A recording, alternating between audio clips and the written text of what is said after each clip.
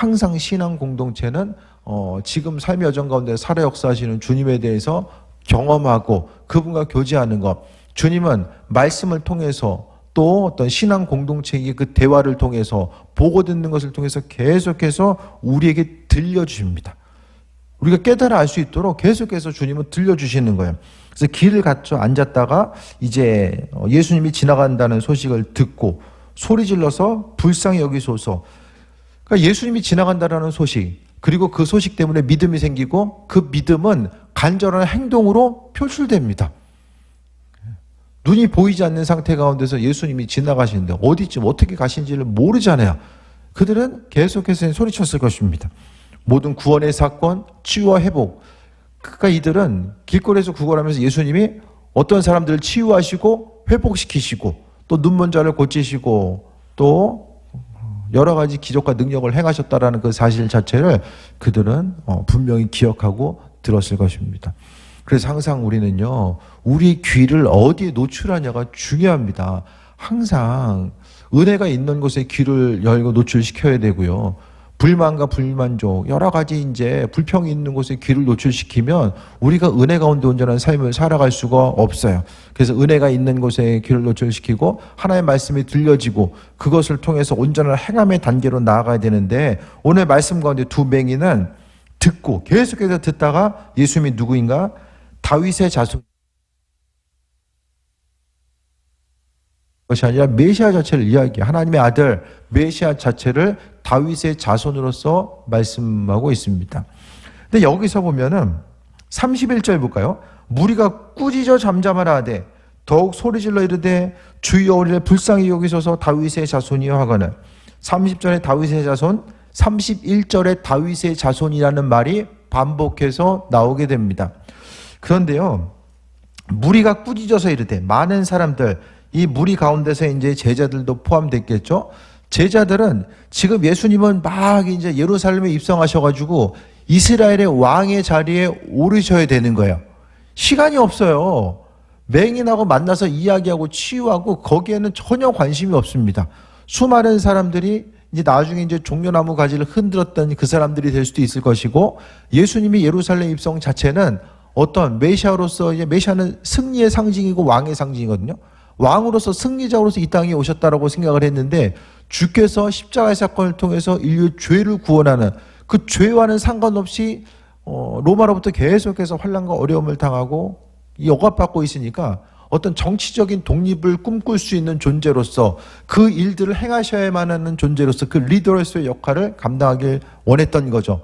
그러니까 이제 많은 사람들이 맹인이 치유받는 건 전혀 관심이 없어요. 오히려 걸림돌이 된다고 생각합니다. 주님은 빨리 가셔가지고 왕 되셔야 되는데 중간에 머뭇거릴 시간이 없다라고 생각을 하게 됩니다. 무리가 꾸짖어 잠잠하라 하되, 이 꾸짖는다는 표현은 어디 나오죠? 귀신을 꾸짖는 거. 잠잠한, 귀신을 꾸짖는 데 있어서 이런 사용되는 말인데, 사람을 향해서 메시아, 다윗의 자손, 그리스도 예수, 주님을 간구하는 그 입술 가운데서 무리가 꾸짖어 잠잠하라 하되라고 이야기합니다. 그러니까 우리가 그 무엇보다도 여기서 이제 아이러니가 나오는데, 정말 눈뜬 장님이 누구냐, 보지 못하는 장님이 누구냐, 성경은 지금 그걸 묻고 있는 거예요. 이 구걸하던 두 사람이, 이 두 사람이 맹인이냐 아니면 꾸짖는 무리가 이 맹인이냐, 이걸 지금 묻고 있는 거예요. 메시아를 메시아로 알아보는 것과 그렇지 못한 것, 세상을 살아간다는 건요, 정상 범주에 있다는 것은 그 육신적인 것으로 비춰졌을 때에 두 눈이 있고 정상 시력이 나오는 한 사람 한 사람을 그들을 정상인이라고 부르잖아요. 그런데 오늘 성경은요, 메시아를 메시아로서 알아볼 수 있는 그 사람을 정상인으로서 지금 오늘 이야기하고 있는 거예요. 그래서 오늘 마태는 예수님께서 움직이시고 간절히 간구하고 있는 이 두 사람의 그 맹인을 통해서 우리의 시선이 어떠해야 되는지를 지금 질문하고 있습니다. 오늘 하루를 살아감에 있어서 무엇을 보고 무엇을 신경 쓰고 정말 중요한 것과 중요하지 않는 것에 대해서 그 분별할 수 있는 지혜와 능력이 있는가, 우리에게 있어서의 어떤 지혜가 있고 또 어떤 은혜가 있는지에 대해서 다시 한번 좀 말씀하고 있어요. 우리를 맹인들은 불쌍히 여기소서. 불쌍히 여긴다라는 것은 여러 가지 의미가 있겠죠. 자신의 어떤 죄에 대한 용서 부분이 있을 것이고 또 눈을 치유받고자 하는 그 부분들. 여기서 만약에 이 두 맹인이 그들의 맹인이 그 길거리에서의 목적은 이 돈을 받는 거잖아요. 예수님께 나아가서 32절에 예수께서 머물러서서 그들을 불러 이르시되 너에게 무엇을 하여 주길 원하느냐 했더니 여기서 돈이 좀 많았으면 좋겠습니다. 예를 들어서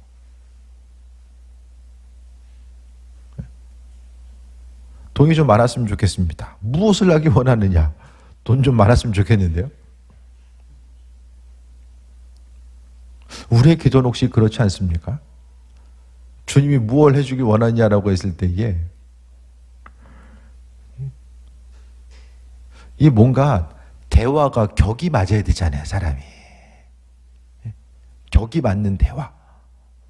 피조물된 우리들이 창조주 하나님을 대하는 자세가 있잖아요. 물론 성경은 있어야 될 것들, 필요한 것들 구하라고 말씀하고 있어요. 우리의 필요를 하나님께 구하는 것이 나쁘다는 것이 아니라 거기에만 온전히 그 시선이 사로잡혀서 우리의 눈높이에 맞춰서 창조주 하나님을 우리가 가진 시선으로 끌어내리고 있지는 않은가에 대해서 지금 질문하고 있는 거예요. 상당히 이상하잖아요? 맹인이 주님의 음성 듣고 돈이 좀 있었으면 좋겠습니다 라고 이야기하는 게 뭔가 이치 안 맞는다라는 사실을 우리가 그냥 굳이 설명하지 않아도 알아요. 근데 우리 자신의 기도의 제목들, 신앙의 여정, 우리의 신앙의 눈높이 자체를 생각했을 때에 주님 보시기에 우리가 간구하는 그 기도의 제목들, 간구의 내용들이 정말 아버지 마음에 합한 것으로 우리가 간구하고 있는지에 대해서도 돌아볼 수 있어야만 합니다.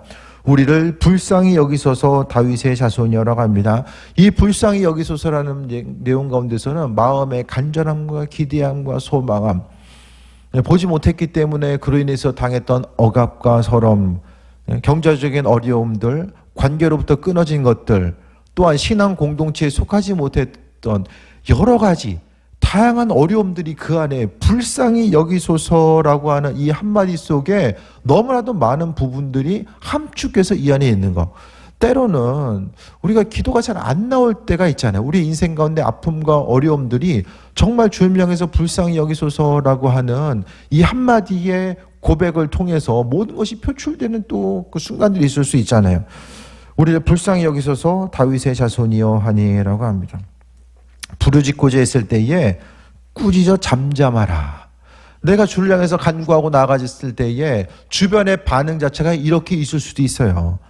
내가 주님을 찾고 믿음의 본질, 살아계신 주님과 교제하고 나가고자 했을 때에 내가 부르짖음에 대해서 누군가는 탐탁지 않게 꼭 그렇게까지 기도하고 그렇게까지 부르짖어야 돼? 그렇게까지 기도해야 돼? 라고 이야기하는 그 시선들이 분명하게 있을 수도 있다는 거예요.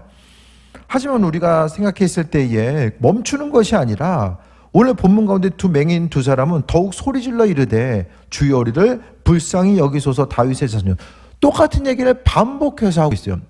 정말 놀라운 것은 눈 뜨고 옆에서 주님의 기적과 능력을 봤던 사람들도 여전히 예수님이 왕 되셔야 된다는 거, 눈에 보이는 정치적인 왕으로서의 역할만 기대했었는데 오늘 눈에 보이지 않는 사람이 어떻게 이런 믿음을 가질 수 있었을까?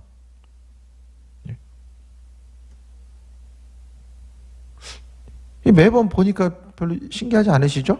믿음 있었나 보다 이렇게 생각할지 모르겠지만은 이게 어떻게 생각하면은 마태복음가 보기에도 이게 놀라운 사건인 거예요. 본 적이 없어요. 그냥 오직 들어서만 아는 거예요. 그러니까 예수님도 보지 않고 듣는 믿음이 복되다라는 사실을 이제 나중에 말씀하시잖아요.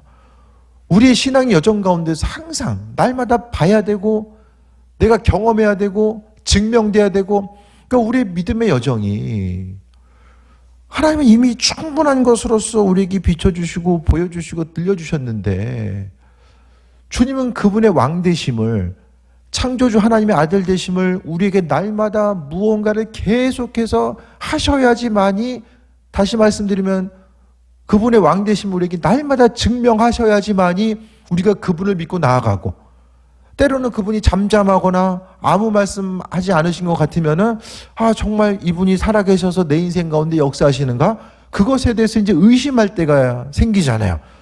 무엇보다도 우리 심령 가운데 이미 하나님은 우리 각각 한 사람 한 사람에게 차고도 넘치는 은혜와 풍성함, 아버지의 살아계심을 우리에게 모든 것을 다 비춰주셨다라는 거예요.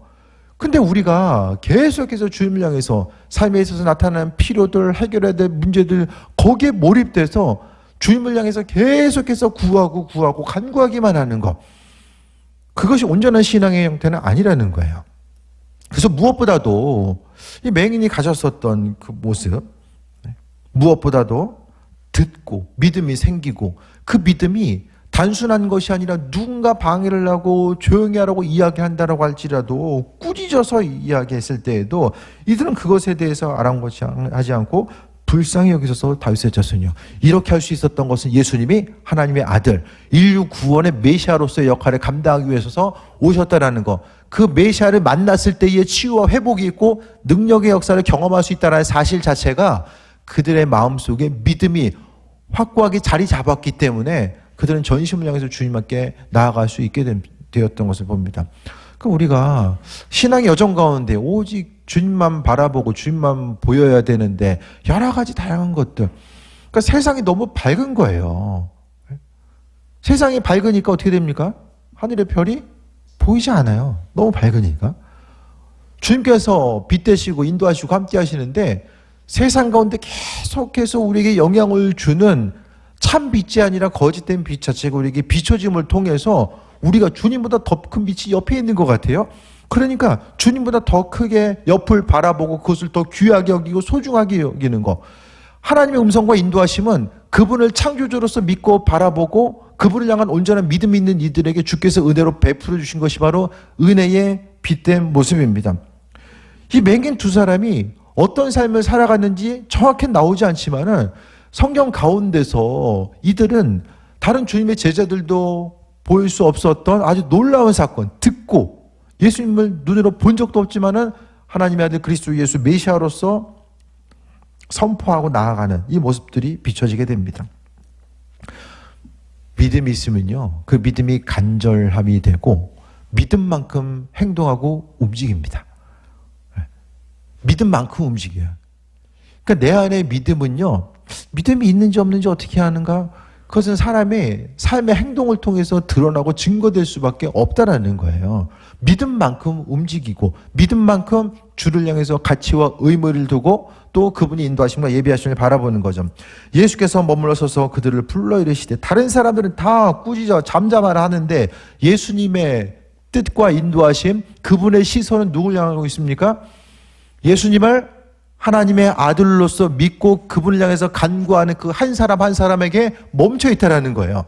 주님의 시선 자체는 어떤 인류 구원을 향한 그 크고도 놀라운 그 부분을 향해서 나아가는 거, 그 이전에 한 사람 한 사람을 귀하게 여기시고, 그러니까 주님의 음성에 귀를 기울인 거, 수많은 사람들이 예수님이 불렀었던 그분을 찬송하고 노래하는 수많은 사람들이 있었겠죠. 하지만 그 가운데서 예수님의 메시아 되심, 다윗의 자손으로서 예수님이 누구인지를 알아본 그 한 사람 한 사람, 믿음의 눈으로 바라봤던 그들을 향해서 바라보시고 불러 이르시되 너에게 무엇을 내주기를 원하느냐라고 물어봅니다.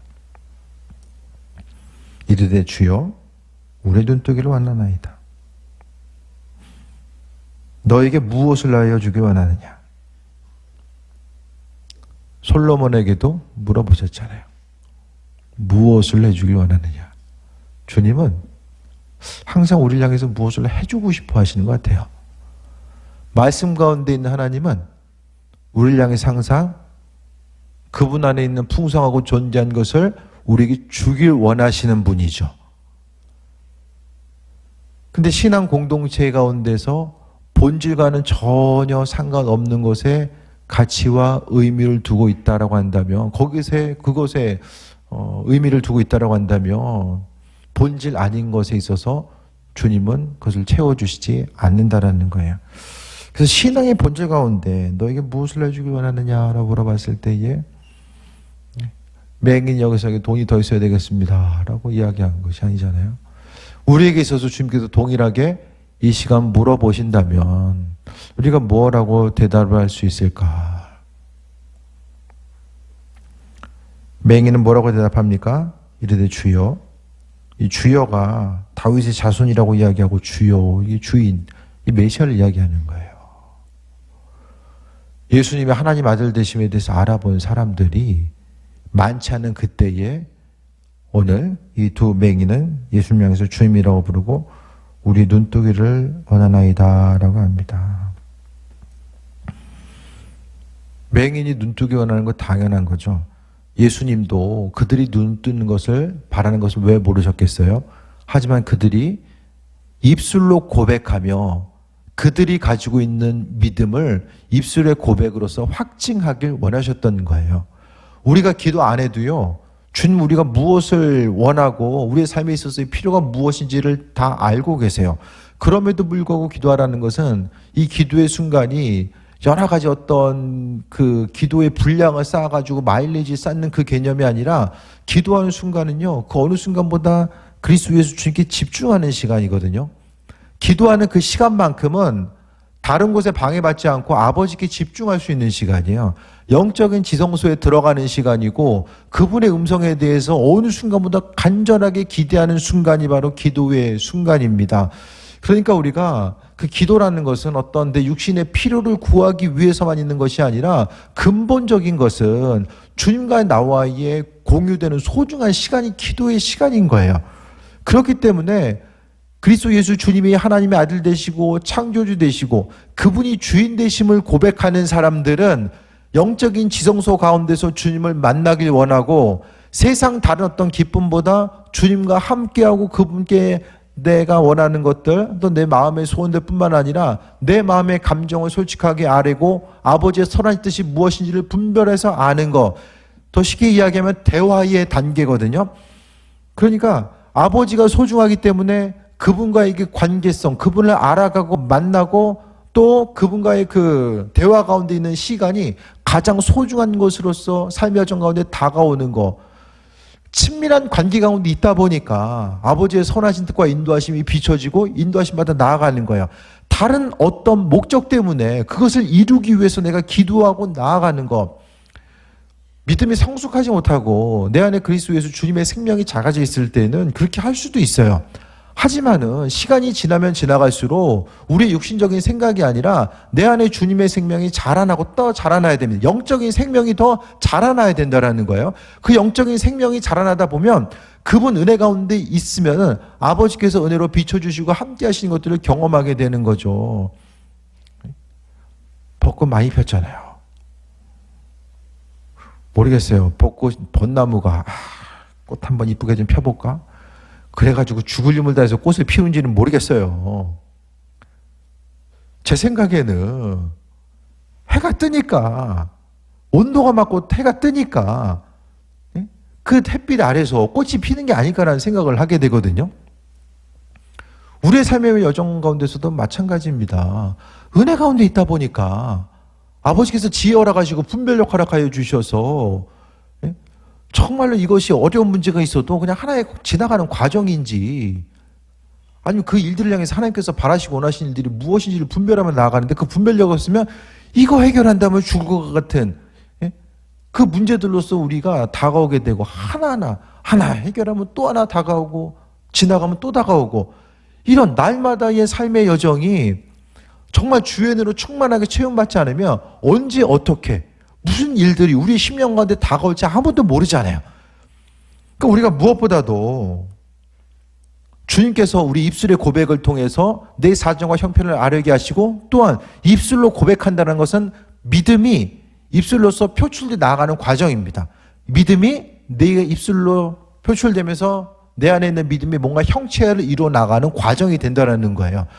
그래서 기도에 대한 그 틀 자체가 우리 심령 가운데 바뀌어져야 됩니다. 어느 때 기도하십니까? 기도할 때? 어려울 때만 기도하는 것이 아니라 주님과의 친밀한 그 소중한 시간. 여러분 어떤 시간이 가장 소중하세요?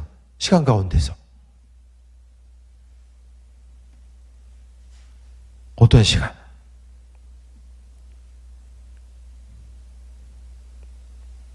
뭐 잠자는 시간이 가장 소중하다 하면 그냥 계속 자야죠. 그냥 계속 그냥. 어떤 시간이 가장 소중하게 느끼십니까?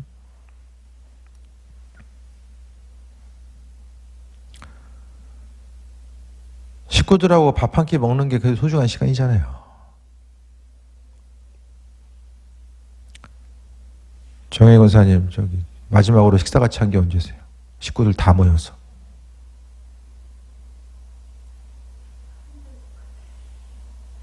네.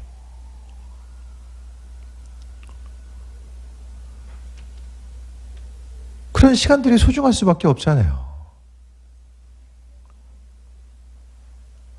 지나간 시간들, 지나간 소중한 시간들이 있잖아요. 사랑하는 사람과 함께 있는 시간이 우리에게 있어서의 기쁨이 되잖아요. 아버지 마음도 그거 같다라는 거예요. 온 우주를 창조하신 그분은요, 우리 한 사람 한 사람 피조물된 우리와의 그 관계 때문에 기뻐하시고, 대자연을 바라볼 때에 얼마나 아름다움이 있어요. 그보다도 더 자녀된 우리와의 함께하는 시간에 대해서 원하시고, 우리가 어떤 간절한 목적 때문에가 아니라 그냥 아무 일이 없어도 주님께 다가가는 것이 기쁨이 되고, 아버지 은혜 가운데 함께 누릴 수 있는 그 은혜와 충만함, 우리의 인생 가운데 주님과는 전혀 상관없는데 우리의 삶의 순간적인 기쁨으로서 다가오는 것들이 세상에는 너무 많이 있죠. 점점 더 많아질 거예요. 세상은 주님과의 관계성, 그분과의 기쁨을 누리는 것보다 훨씬 더 의미 있고 가치 있는 일들, 육체적인 기쁨을 누릴 수 있는 것들이 더 많이 있다라고 우리를 유혹할 거예요. 하지만 말씀은 우리에게 영원한 생명이 어디 있는가를 우리에게 질문하고 있습니다. 이때 주여 우리 눈뜨기를 원하나이다 라고 오늘 맹인은 있는 그대로 자신의 것을 마음을 포장하지 않고 주님의 무릎 앞에서 대답을 하게 되죠. 34절 보겠습니다. 예수께서 불쌍히 여기사 그들의 눈을 만지시니 곧 보게 되어 그들이 예수를 따르니라 라고 합니다. 불쌍히 여기사, 주께서 한 사람 한 사람을 치유하셨던 것들은 불쌍히 여기사, 아버지께서 우리를 불쌍히 여겨주셔서 여기까지 온 거예요. 주께서 불쌍히 여겨주셔서 여기까지 온 거예요. 아버지의 은혜죠. 목회자로 쓰임받는 것도 은혜고, 성도로서 쓰임받는 것도, 그리스도 예수 주의 이름 모르면 어떻게 돼요? 그냥 살다가 죽음 이후에 또 죄값 치르고, 세상 사는 것도 어렵고, 죽으면 더 끔찍한 고통당해야 되고, 그리스도 예수께서 우리를 불러주시고 함께 하시는 것, 주께서 우리를 불쌍히 여기사 은혜로 함께 하시는 것, 우리의 사정과 형편을 아시고 아버지께서는 불쌍히 여기셔서 우리를 건져줄 수 있으시되, 때로는 그 시간 자체를 더디하시는 것처럼 비춰지는 것은 우리의 심령 가운데 그리스도 예수 주님이라고 하는 영원한 생명이 자라날 수 있도록 아버지께서는 기다리시고, 우리가 오직 그리스도 예수로만 체험받는 것, 세상 의지하는 것이 헛됨과 세상 가치로서 우리 자신을 포장하고 채우고자 하는 것이, 이것이 본질이 아니라는 사실을 깨달아 알게끔 하시기 위해서 그리스도 예수 주님의 생명으로 우리를 채워 나가고 있는 과정이라는 거예요. 우리의 심령 가운데 정말 아버지 마음에 합한 자로서의 삶을 살길 원하고 주님을 기쁘시게 해드리고자 했을 때에 눈앞에 보여지는 여러 가지 환난과 어려움들이 있을 수 있는데, 주께서 그와 같은 어려움들을 막아주시고 은혜 가운데 함께 하시는 것, 그러니까 내 인생은 왜 이렇게 환난과 어려움들이 계속되지라고 생각이 들면, 무엇보다도 먼저 주님을 기쁘시게 해드리는 삶의 자세와 그 마음의 중심을 거기 한번 더 보세요. 주님을 기쁘시게 해드리는 이들에게 아버지께 베풀어 주시는 은혜와 은총 가운데 우리가 나아가게 됩니다. 삶의 순간순간이 주께서 베풀어 주신 은혜이고 또 인도하심의 증거이기 때문입니다. 우리를 불쌍히 여겨주시고 함께 하시고 눈을 만져주셨어요. 창조주 하나님께서 피조물 된 한 사람 한 사람 주께서 를 만져주시고, 예배 가운데 참여한 이들에게 주께서 보이지 않지만 그 영적으로 안수해 주시고 한 사람 한 사람 만져주시는 것, 이것이 바로 아버지의 은혜이고 인도하심의 증거입니다. 곧 보게 되어 그들이 예수를 따르게 됩니다. 예수님 만나서 어떻게 됐죠? 물리적으로 눈이 뜨이게 돼요. 성경에서요, 수많은 사람들이 치유받아요. 다 죽잖아요. 치유받아도 다 죽어요. 아직까지 살아있는 사람 한 명도 없어요. 그렇죠? 그럼 성경에서 무엇을 생각해야 됩니까? 그러니까 수많은 사람들이 질병으로 치유받았는데 그들이 질병에서 치유받는 것이 중요한 것이 아니라 그들은 자신의 삶의 체험을 통해서 예수님이 하나님의 아들 되심을 그들은 체험했다라는 거예요. 오늘 본문에 있는 두 맹인은 믿음으로 인해서, 그러니까 듣고 믿음이 생겨서 그 믿음대로 움직이고 행하게 됩니다.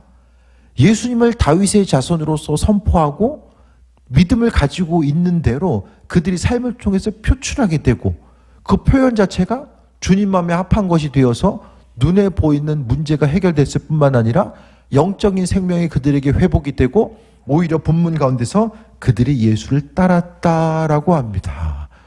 그러니까 당장 보면은 수많은 사람들, 옆에 있었던 사람들, 야, 이거 맹인이 눈 떴구나, 그것에 대해서 의미를 뒀을 텐데 이들은 육신의 눈뿐만 아니라 영적인 눈이 띄어졌다는 거예요. 그들의 삶을 통해서 예수님의 하나님 아들됨이 그들의 삶을 통해서 증거가 됩니다. 예수를 따랐다라는 것은 예수님만 졸졸 따라다녔다는 것이 아니라 뭘 이야기하는 거예요? 그들 자신이 증인으로서의 삶을 살게 됐다는 사실을 강조하고 있는 거예요. 마태가 보기에 맹인 두 사람이 치유받는 사건은 이것은 강력한 사건이었습니다. 마가복음, 누가복음에도 기록되어 있고요. 이 사건을 통해서 이들은 예수님을 만나고 나서 눈이 띄어지고 가는 곳곳마다 그들은 뭘 했겠습니까? 그들이 길거리에 앉아서 구걸했기 때문에 얼마나 많은 사람들이 이들이 누구인지, 어디서 그동안 무엇을 하며 살아갔는지를 다 알고 있었다는 거예요. 그들이 살아있음 자체, 눈을 뜨고 움직이고 돌아다니는 자체는 무엇입니까? 예수님의 하나님의 아들. 어떻게 눈이 떴는지에 대해서 수많은 사람들이 물어봤을 것이고, 이 맹인은 뭐라고 대답했을까요? 그리스도 예수 주님을 이야기했을까요? 우리 눈이 띄었잖아요. 다 보고 있잖아요. 육신의 눈이 띄인 만큼 영적인 눈이 띄어 있는가? 맹인의 예를 통해서 이제는 제자들이죠. 눈을 뜨게 된 그 제자들의 사건을 통해서 우리는 지금 영의 눈이 띄어져 있는가? 세상 만나는 사람들 가운데서 나보다 조금 더 잘되고 더 많은 것을 누리는 사람들을 보면서 나도 어떻게 하면 저렇게 될 수 있을까? 그것에 대해서 고민하고 갈등하고, 내가 지금 믿음 생활하면서 인생을 잘 살아왔는가? 때로는 그것에 대해서 의심하기도 하고, 영원한 것이 아님에도 불구하고 그것이 영원한 것처럼, 그것이 있어야지만이 내 인생이 더 빛날 수 있는 것처럼 생각되고 나아가는 거. 이 시대 가운데 우리가 정말 필요한 것은 영의 눈이 띄어져야 되고, 정말 주님의 지혜가 있어서 봐야 될 것들을 보고 경험해야 될 것들을 경험하고 나아가는 모습이 있어져야 됩니다. 우리의 심령 가운데 주님은 우리를 불쌍히 여겨주시고 은혜로 함께 하시는데, 성경에는요, 물론 예수님이 수많은 사람들을 치유하셨을 때 성경에 기록되지 않은 수많은 사건들도 있었을 거예요.